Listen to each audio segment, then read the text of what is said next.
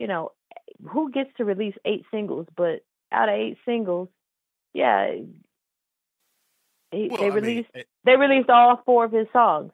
Alone with yeah, You, Goodbye, Just Ask Me To, which goes back to Boys in the Hood, and then and Confused. And so and of course, like the Prince, the Round and Round, the Prince produced absolutely. track And that's that what I was went gonna say. top 10, and along with and Tell Me What You Want Me to Do. But the rest are Al B tracks, and they're strong tracks. Like he didn't give him the scraps, and he definitely did not give Jodeci the scraps. No. Grown Folks Nation. It's your love man here, and it's time once again for the Inside the Album podcast.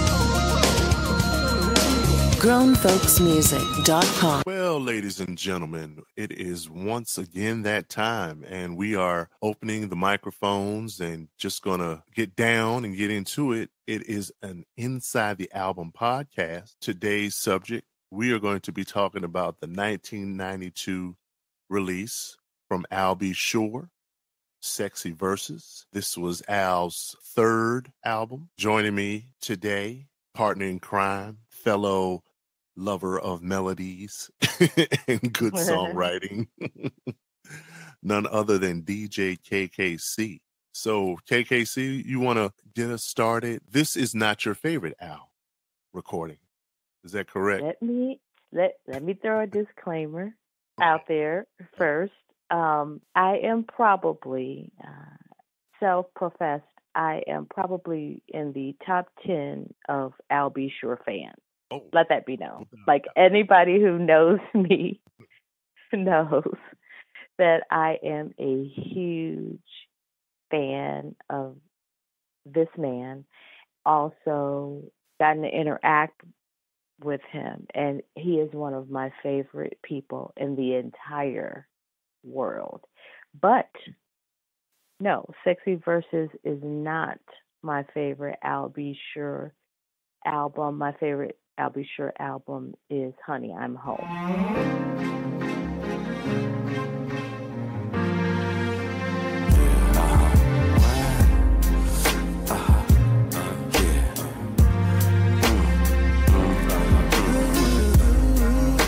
Another great outing for him, and that was great to see the buzz and excitement and things happening around. What was that, 2009? I want to say 2009, and it didn't get off the ground for a few reasons, but one of the biggest reasons, I think, was that MJJ died the release week, and everybody's mind, of course, and attention was on MJJ. But like I said, we will talk about Honey, I'm Home.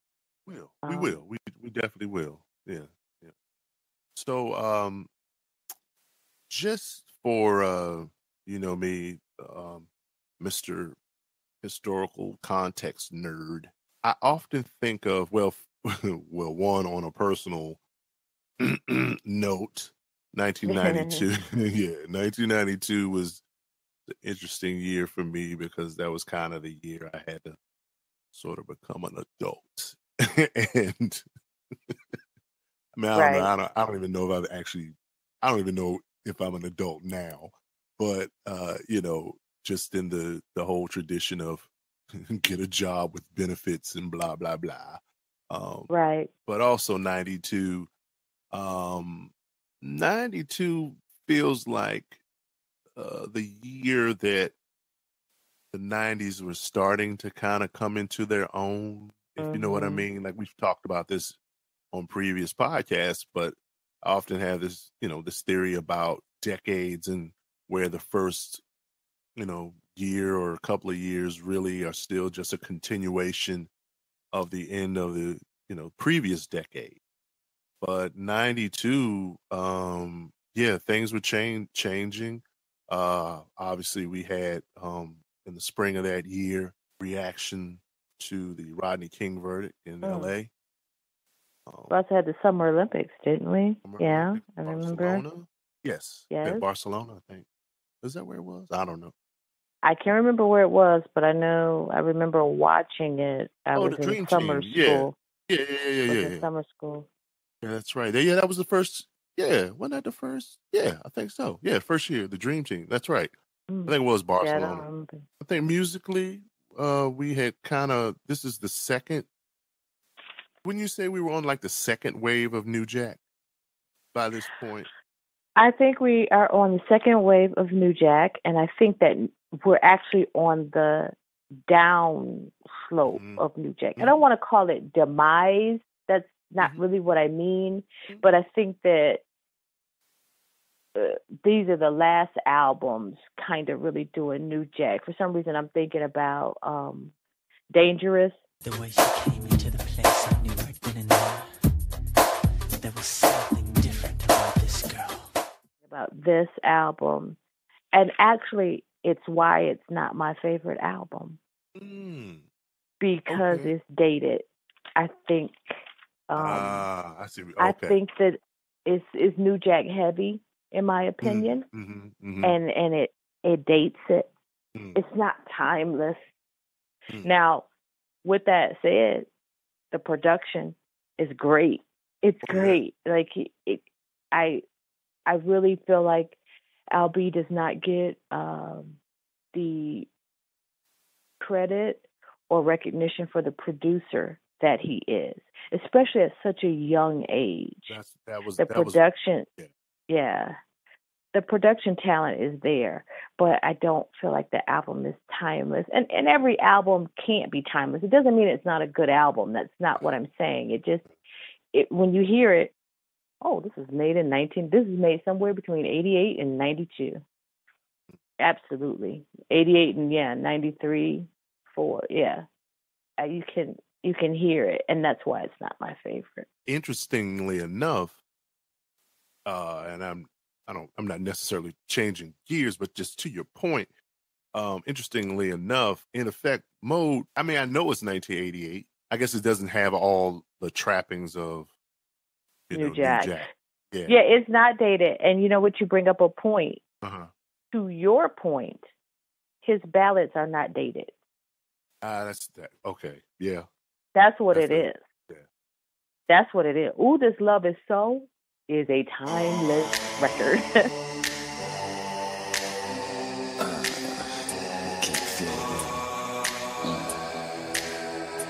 Night and Day is a timeless record. Naturally Mine is a timeless record.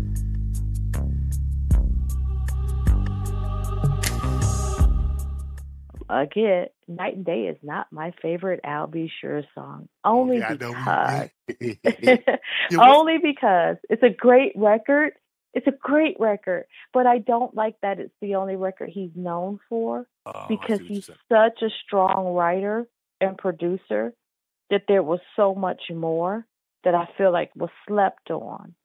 And so I get tired when people are just screaming out night and day. And I get that those are the casual fans or whatever, but I'm telling you, the writing on Honey, I'm Home was really good. And the writing never waned.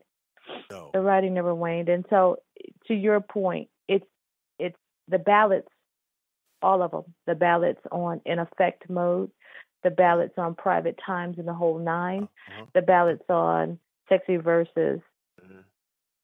But maybe slightly, you could tell they're from the 90s, but even In Effect Mode, I'm gonna say that kind of transcends the decades. But on the subsequent albums, you may say they're from the 90s, but I don't feel like they're from the 90s. Right? Because we're still kind of making that transition. And I think you've hit on a great rerouting for our GPS because I think what's important to note, and you just alluded to it, and so let's see if we can use this as a segue to get us into Sexy Verses. So what I want to do is I want to go back. You talked about the writing and Al getting the credit for all the fantastic work he's done, and I just have to put this disclaimer out. Whereas I have a lot of people that I think of as influences, like, you know, the Stevies and the Donnies, and, you know, you can run them on down the line. Al B. Sure and the work he did, you know, with Kyle West, obviously, and the work with some of these other folks that we're going to talk about in just a second, those guys were the first ones that I looked at and said, man, I think I might be able to do this. And not saying that, and I'm not saying that from a standpoint of, oh, you know, I'm considering them some contemporaries or whatever. No, I'm just saying to see someone that's your age and creating these, you know, fantastic melodies and these productions and doing it in a way that's contemporary to you. Right. You know, that it doesn't go over your head. Exactly. Yep. Yeah. And I think everyone needs that. You know what I mean? Like, it's always great, you know, this person and that person, but you have to have people that you see doing it in real time in order for it to make a real connection for you. And so I just wanted to use that disclaimer to kind of move into something that, like I said, KKC, that you alluded to, and that is, we're talking about this album was released in, you know, September of 92. Clearly they were working on the album, you know, from 91 into 92. So what do we have happening here? Well, we have all the work Al was doing with Jodeci, all the work he was doing with Tevin Campbell, you know, the Allison Williams stuff. I mean, there's a lot of stuff there. And I feel like this album is continuation of that, really. Oh yeah. I'm sorry, I didn't mean to set your point off. No, that's a great point, because I think that's what we want, you know, folks listening to this to do. Go back and listen to, you know, Forever My Lady. So you're having my baby, and it means so much to me. Go back and listen to that Tevin Campbell record, especially the Tevin. Definitely. It's Tevin. Yeah. Well, you know what? You know, when I mentioned yesterday that I felt like Sexy Verses is a hybrid, like it's a continuation of, you know, Tevin, I think. And the more I was thinking about it, I don't think we could talk about Sexy Verses without kind of talking about Tevin, about that album, because it's just such a continuation of it. I don't know if it was songs that he had and he kept for himself, but to me, it just back to back, they just flow. So Tevin was released November 91, and then you have this 10 months later. And he, you know, he's even said that Right Now he felt was the second part of Alone with You.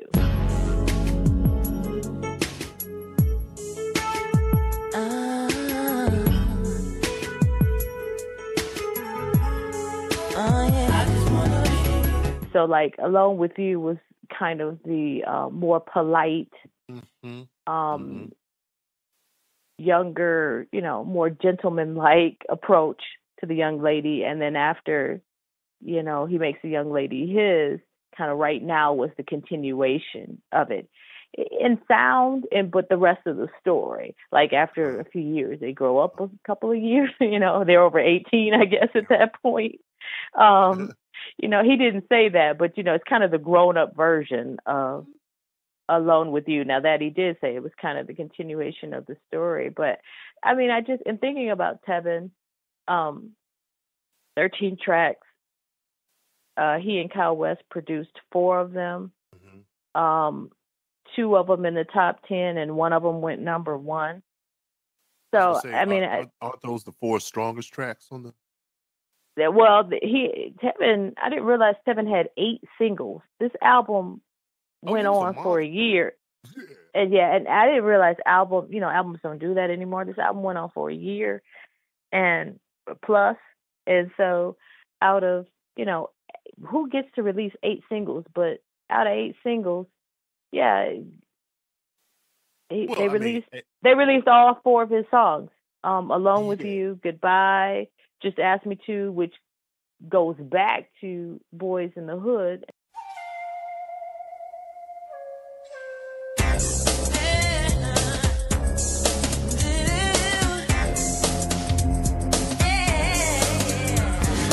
And Confused, and so and of course, like the Prince, the Round and Round, the Prince produced Absolutely. track And that's that what I was went gonna top say. 10, and along with and Tell Me What You Want Me to Do, but the rest are LB tracks, and they're strong tracks.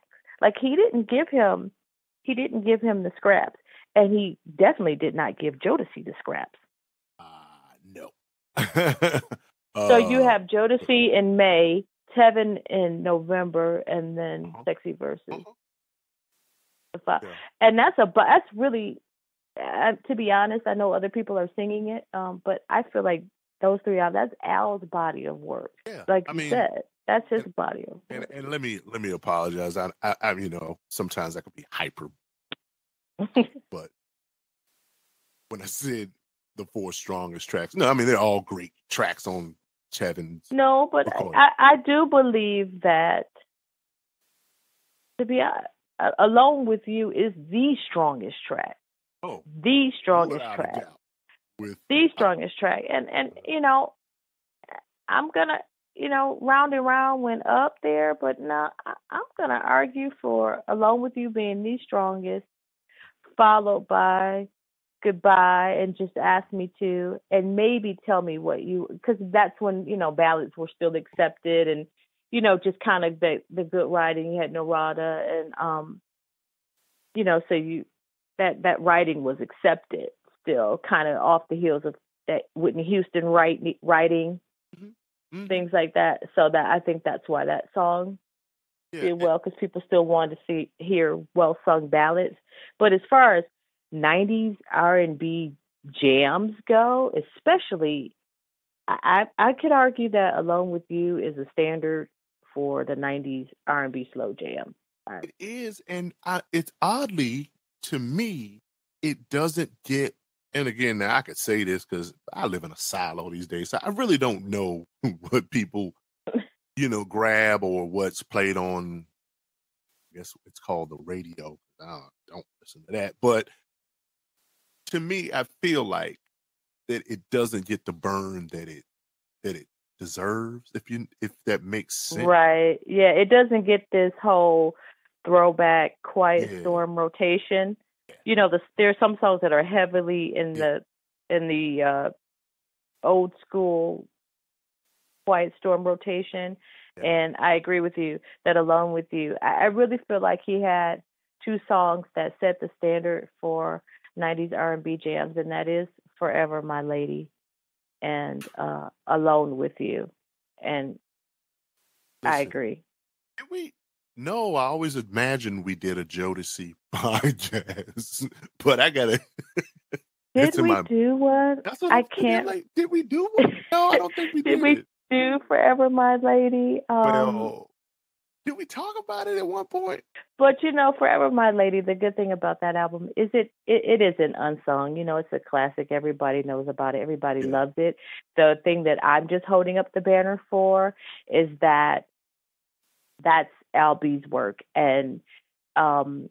Dalvin even came out of his own mouth and said, Forever My Lady started out sounding a lot like A Piece of My Love by Guy.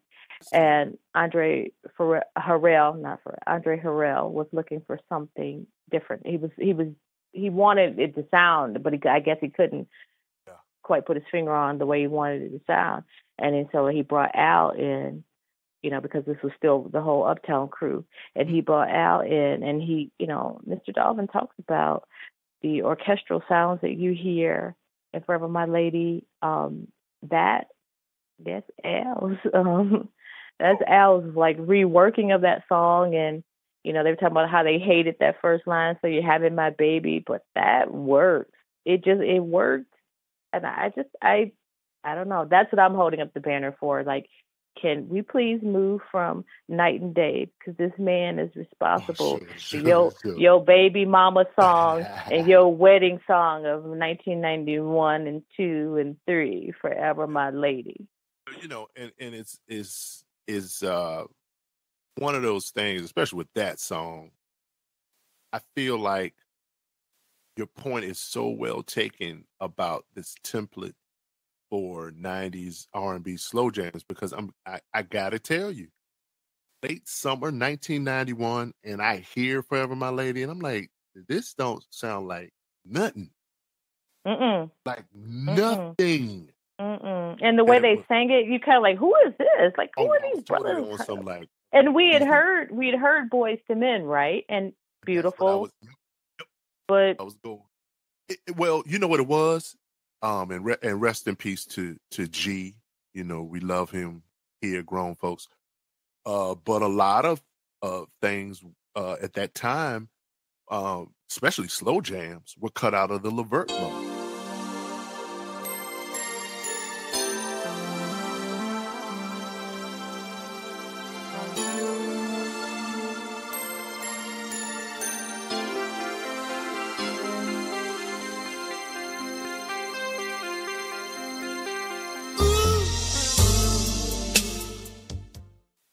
That was like a dominant sound. And like, we hear with Jodeci and even with the Tevin work, that, you talk about the Uptown Crew. And I was thinking about this when I was thinking about Sexy Verses as well. It's a very, at least to my ears, it's a very New York sounding record. Like, and what I mean by that is, to me, it's like an attitude and something, this mix of like a little grit, a little more like sidewalk sounding grit as far as like what's happening drum programming wise and synth bass wise. That's like the cut. And then you have all these really, lush harmonies and orchestrations happening, within the context of R&B music. Al and Kyle, they were taking, let's just say they were adding more to the vocabulary, at least to me, what they were doing melodically and harmonically. And I haven't even talked about storytelling yet, but what they were doing on that end, they were just, they were giving us a larger vocabulary to pull from. Teddy was one way and he did a certain thing, but I feel like Al and Kyle and folks that work with them, they went a little further. I think it was music for young adults. Mature. Yeah. Mature, but not old. Not old. Whereas, we were, like you said, we're coming out the 80s, and a lot of the ballads and stuff that we admired, Glenn Jones. Love has a mind of its own. Strangest times, somehow it takes control. A more mature, I don't want to say old, but really adult, Luther Vandross. What have you done? Oh, wow. I was sure up to now that she was a friend. It's really adult, and this was kind of like young people who have got their first job and first apartment and first car, so they're kind of doing grown things, but still have some youthfulness about them. But we've left immaturity behind, right? But we're not old yet. So this was something. You now have your own place, and you put this album on when you bring people over to chill at your place. and that's kind of what I did. I mean, I don't know if I had dinner parties for the album, but it really did feel like it was in the background, of course. Oh yeah, and it was absolutely. That was a strictly night album for me. If that makes sense. Yes. Yeah. Yes. I don't ever recall listening to that In the daytime. In the daytime. And it was just because he just set such a mood that it's just like, nah, I'm not gonna wake up listening to this. But after 7, oh yeah. Yes. That's something to be said for creating a set of music. And I just thought about this, a set of music that elicits a specific mood. And it's one thing that they do in Indian classical music and raga. They have certain ragas that are for breakfast, for the morning, the afternoon. So it's kind of, I don't know if he was was purposely trying to be that deep, but that's pretty deep when you think about it. It's just like, well, I think it was an extension of kind of the 80s, and mm-hmm. I think a lot of artists, I don't have any specific names, but I think that that's what artists were doing. And then I think that that's specifically what he was doing when you consider In Effect Mode had a nighttime side and a daytime side. So, I think he was just getting his grown man on. And I was looking at interviews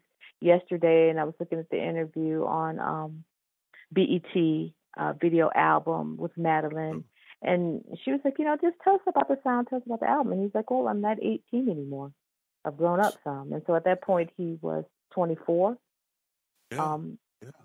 And so, and that's just a reflection of that. Like I said, visually, I just see someone who's got their first real job, maybe first career job on some kind of career path, or just whatever, your first adult job where you're making some decent money to get yourself a decent place and a decent car and try to have some people over, i.e., somebody you want to chill with over. And so and not to I'm not comparing, because when you get into that, you start to get the apples oranges thing, because it was a different time.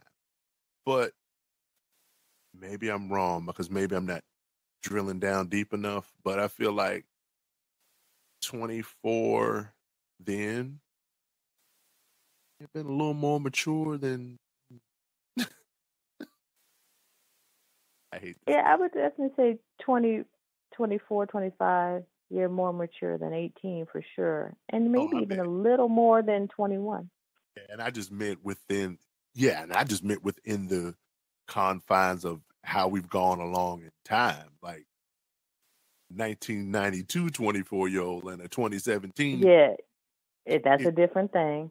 Different thing. And I mean, like, that's not a criticism. I just feel like it feels like it was different.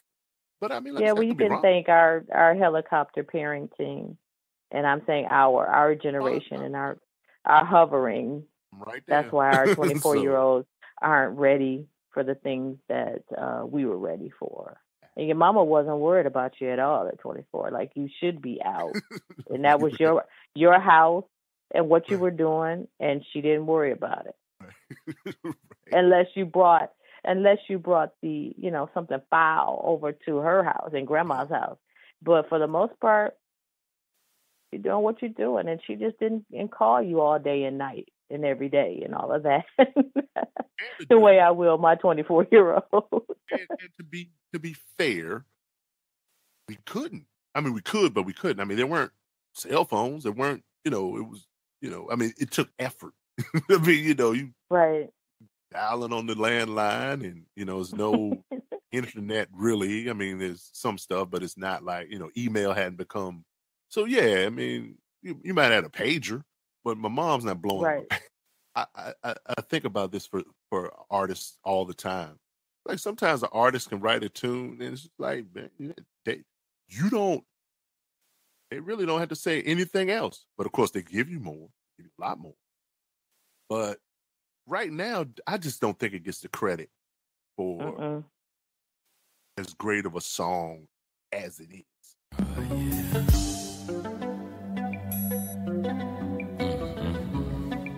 Can you feel it, baby? I can. You're feeling kind of right now, honey. Oh, no.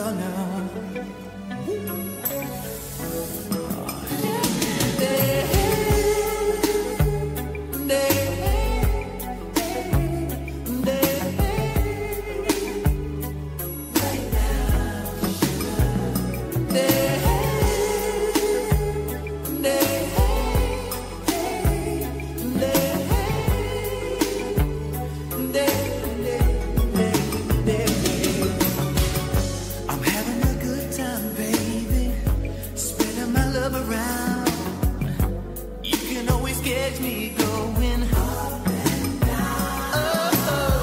are you having a good time, sugar? So do what you wanna do. Rubbing my body down the whole night through. And I'm being that's not hyperbole for me. It really is that good of a song. And I mean, I don't know what else you want from a '90s. It's just one of those '90s R&B jams. I think it belongs on the '90s R&B jams playlist. I think it's a forgotten song. I don't know why. Everything about it, especially since it sounds so much like Alone With You. I don't know if we had enough of Alone With You, but I still think it presents itself in a way that is still different enough for you to like it as a jam unto itself. I just think everything about it is right. And I love that he's singing in his natural voice. Because when he's in his natural voice, I think he does his best vocals, especially live. There's a clip on YouTube if anybody wants to go to it of him singing on Arsenio, and I think he does a great job with it. Is I'll Be Sure Luther Vandross? No.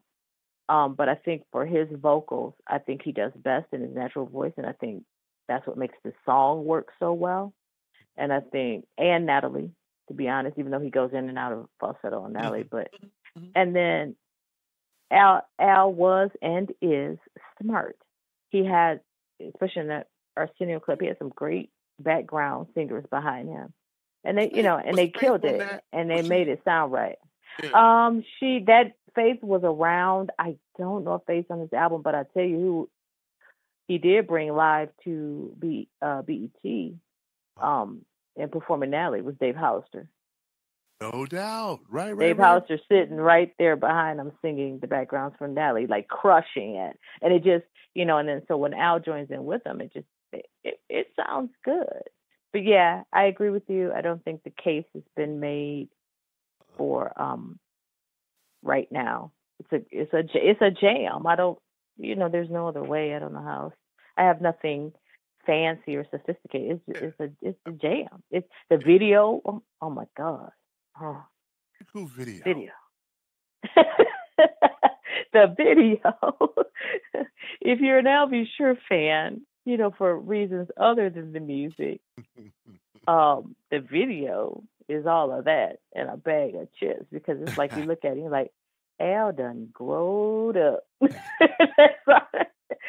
all I'm saying. Al done growed up. I tell you what I would make a recommendation on for anyone who's listening who hasn't done this, might want to check it out this way. Check out right now. Put on some headphones, and just kind of close your eyes and just, listen obviously to the song, but just try to go as deep as you can in hearing everything that's going on in that song. From the string work to there's like this synthesizer part that in the chorus it goes from left to right. So you listen on phones, you'll hear it move. And just all kinds of stuff. It's a very warm sounding song. Like it's I guess that's why I listen to it at night, because it gives you this feeling of, it's a little, it's just fall enough where you need a jacket and his leaves crunching, and it's just. Isn't there a thunderstorm at the beginning, or is that just the video? No. There's a thunderstorm at the beginning. That's a '90s staple. We're gonna talk about that when we talk about 3T at some point. Oh yeah, and probably a host of other songs. The whole what happened to the thunderstorm? Oh yes. Oh, and it told you what time it was. Right. And that, what? It's funny that I bring that up. I had no intention of bringing that up, but the thunderstorm in the beginning of this song and the thunderstorm in the beginning of Tease Me, which is another underrated 90s slow jam masterpiece. The thunderstorms are both at the beginning of the video, and they're both shot. They're dark videos. Like there's not a lot of light going on. Just kind of focusing on who's singing, and then there's like just flashing to central scenes. Same kind of concept. I don't believe it's the same director. I am not sure. But yeah, that's 90s. Those are blueprints to me. Those are 90s blueprints. Well, KKC, you just made me shift the brain into another realm here that I just think it's important to note with this. And again, not to get us too far afield, because we want to go over some of these songs. Right, go through the album. Go through the album. But that's what happens when we get together.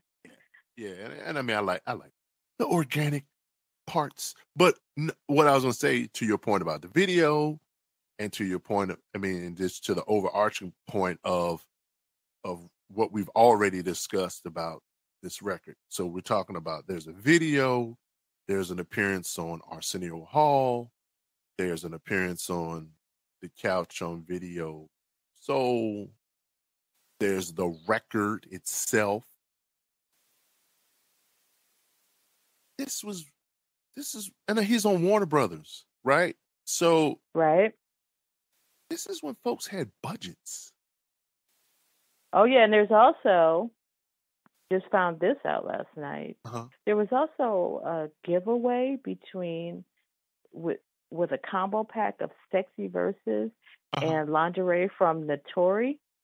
Y'all can look up Notori, the brand, the lingerie brand, and long-standing high-end brand. And so there was some kind of giveaway where if you won the album and you won lingerie for your lady, and he talks about that on BET. Nice. And I'm like, what? So it's like I said, it's back when they had budgets and they would do promotions. Now people aren't really giving things away. You can kind of maybe win. You can still win a chance to meet your artist or go backstage to a concert. But this whole kind of tie-in, I think people are getting more endorsements now. But this whole kind of for the fans thing, this whole packaging, I'm not quite sure that I'm seeing that. Only maybe because now we have so much direct to fans. To fans through social media, so they can get at you. But this was a time when they couldn't really get at you. Couldn't really get at you. Oh no, it was, and I guess that's the other thing. It was like there was so much of the mystique, and you had to wait, and you didn't. Yeah, I mean, no, you really didn't, unless it was something that was, officially sanctioned. You weren't going to hear what was going on until the album was out. Right. I mean, like, so it was in many ways sort of like, well, I guess movies are kind of still like that.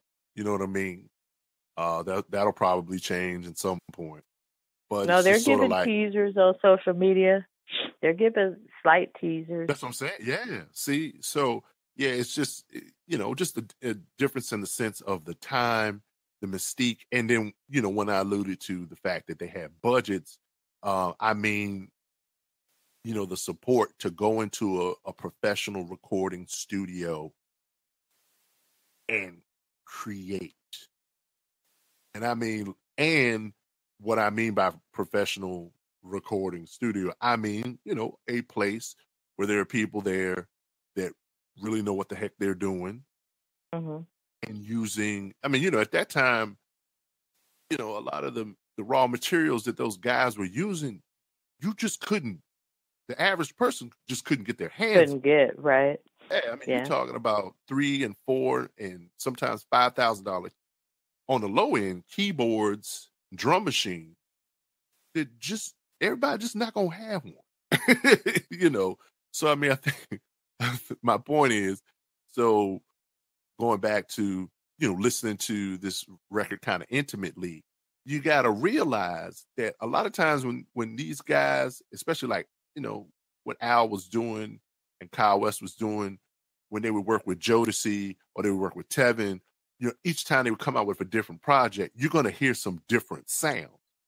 Because even though some of the, songs there might be some similar little things, but they were always pushing to, get something new. And they had access to that stuff, and it was a little different than it is now, because pretty much everybody has access to the same thing, which is a good thing now, considering the demise of labels and label budgets.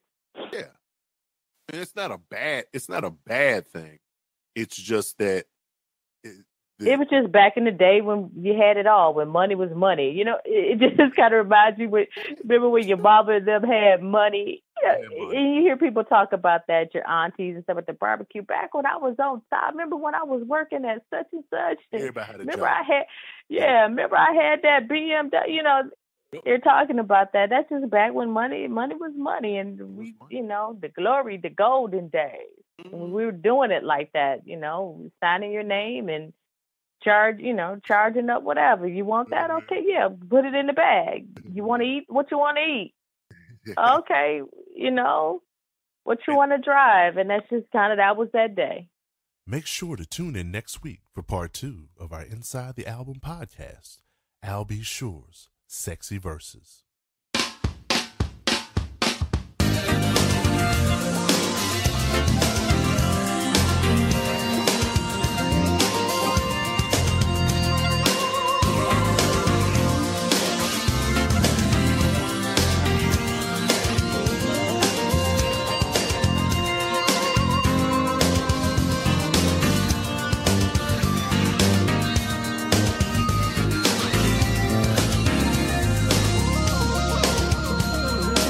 GrownFolksMusic.com